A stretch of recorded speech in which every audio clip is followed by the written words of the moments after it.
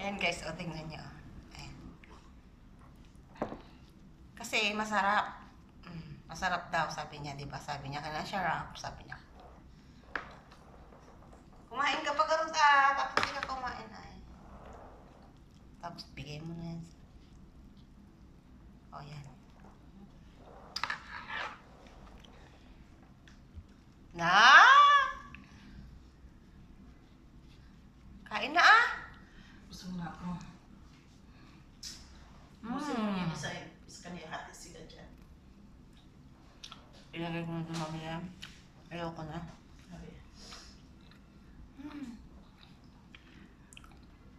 Masarap siya. Masarap nga. Masarap. Charop.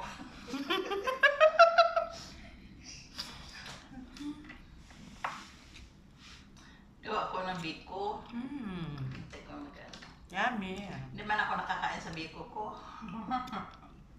Try nyo guys. Maha at saka sliced bread. Palaman nyo. Masarap.